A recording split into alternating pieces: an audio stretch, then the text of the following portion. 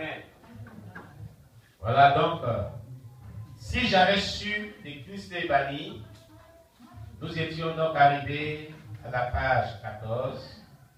Je vais faire un bref rappel de ce qu'on avait vu la dernière fois et nous allons continuer. Amen.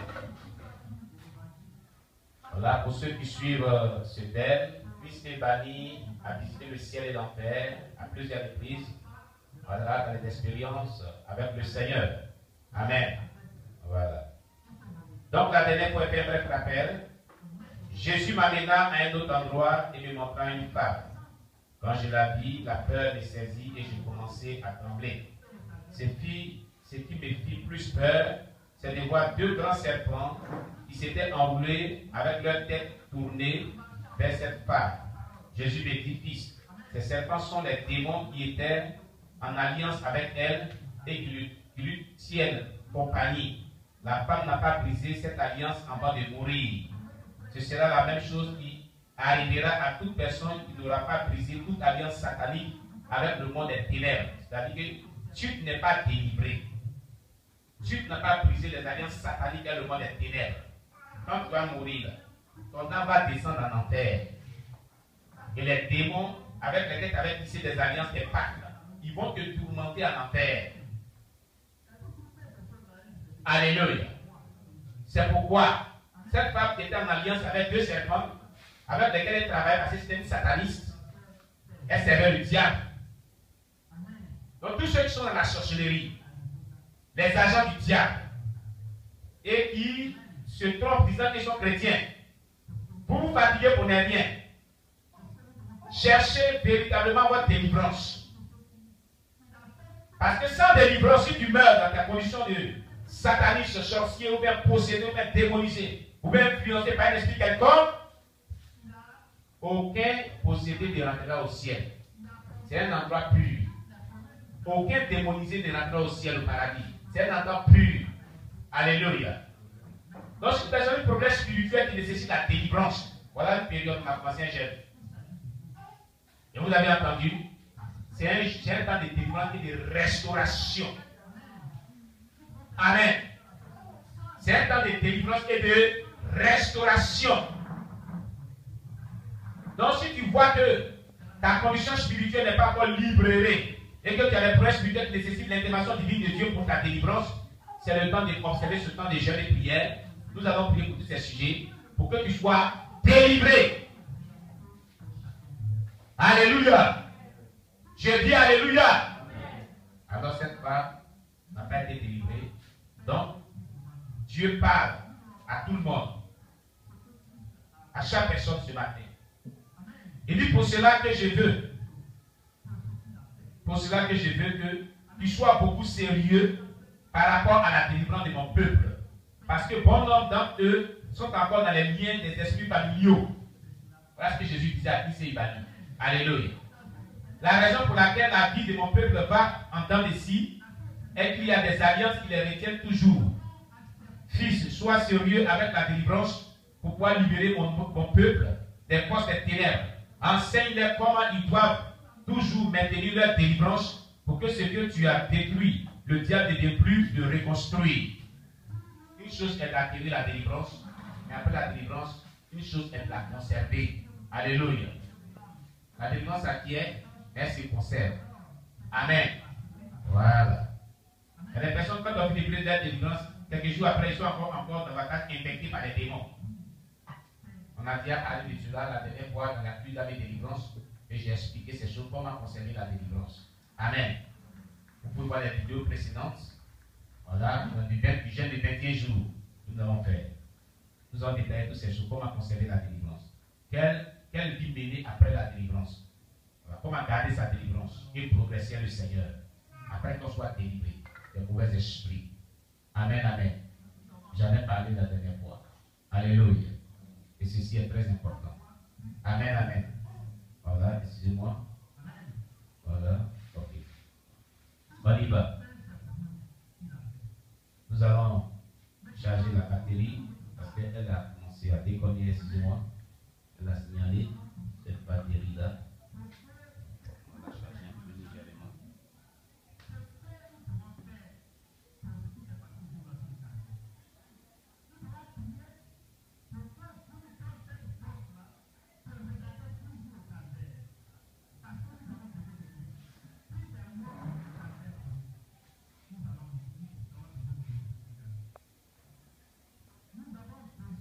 Amen. Voilà. Donc je disais tantôt, Jésus me dit, c'est-à-dire, Jésus parlait à qui s'est banni dans son expérience. Fils, je veux te montrer un homme. Cet homme avait été honoré et respecté dans tout le territoire de Ibo et par d'autres nations. C'était un homme très fort. C'était le Samson des Ibo, mais il a échoué parce qu'il n'a pas aimé Dieu. Jacques chapitre 4, verset 4. Nous allons lire Jacques chapitre 4, verset 4. Nous ouvrons la Bible. Dans le livre de Jacques, chapitre 4, verset 4.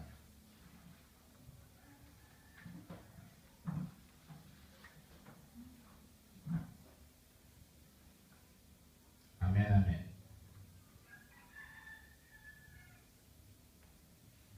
La Bible nous dit, adultères que vous êtes, ne savez-vous pas que l'amour du monde est inimitié contre Dieu? Celui donc qui veut être ami du monde se rend ennemi de Dieu. Donc cet homme-là, on pouvait comprendre par là que cet homme était très fort. C'était le Samson des Ibo, mais il a échoué parce qu'il n'a pas aimé Dieu. Il a aimé le monde. C'est ce que ça veut dire. Voilà pourquoi il a donné ce passage. Amen. Jésus-Christ l'a montré, cet homme-là en enfer. Jésus m'a amené à un endroit, quand nous arrivâmes là-bas, les gens que j'avais vus étaient battus par des barres, battus avec des barres de fer chauds, par les démons qui avaient des muscles énormes. Ces personnes étaient nombreuses, c'était des militaires. Ils étaient torturés en enfer. Des militaires, des corps habillés. Jésus marcha avec un de ces hommes et lui dit, fils, c'est Chukwemeka, au Dumugiu, au Jukiu, du peuple Ibo. C'est Nigérien, les noms là vraiment. C'est Dieu qui les a donné les noms. C'est les langues. Dieu pas toutes les ethnies. Alléluia. Il lui dit, Chukwemeka, je t'ai créé pour que tu délivres mon peuple des mains des populations du nord du Nigeria, mais tu m'as déçu. Tu n'as pas accompli l'objectif pour lequel je t'ai créé. Tu as commis la même erreur que Samson a faite. L'erreur était que tu t'appuyais plus sur ta force et sur tes armes que sur moi. Tu as pensé que tu pouvais le faire seul sans le Dieu Tout-Puissant et tu as échoué. Je vais dire par là que quand Dieu crée une personne sur la terre, il lui charge une mission sur la terre. Chaque personne est sur la terre pour une mission bien précise. Et chaque personne va comprendre. Lui ne savait pas pourquoi Dieu l'avait fait. C'est pour ça qu'il faut connaître sa destinée prophétique. Amen. Il faut savoir ce à quoi Dieu t'a appelé. Quand Dieu t'envoie sur la terre, qu'est-ce qu'il attend de toi? Qu'est-ce qu'il veut de toi de manière particulière? Amen, amen. Chaque personne doit aller chercher la face de Dieu pour savoir pourquoi Dieu l'a envoyé sur la terre. Amen. Vous avez entendu? Dieu dit, je t'ai créé pour que tu délivres mon peuple des mains des populations du nord. Dieu l'avait suscité pour libérer son peuple. Mais il n'est pas allé vers Dieu. Il n'a pas confié sa vie à Dieu. Il s'est appuyé sur ses propres forces et les yeux charnels, les yeux ténébreux. Et donc il a échoué. Amen. Les Ibo pouvaient être libérés au Nigeria. Si toi, Chukwemeka, tu avais totalement compté sur moi pour la libération. Cependant, tu avais compté sur ta force. Personne ne peut se prévaloir d'une force. Tu ne m'as pas servi. Tu as plutôt continué à servir les idoles. Tu changeais des pétiches tout le temps dans l'espoir qu'ils te protégeront, mais tu as terminé la course en enfer sans pouvoir libérer mon peuple.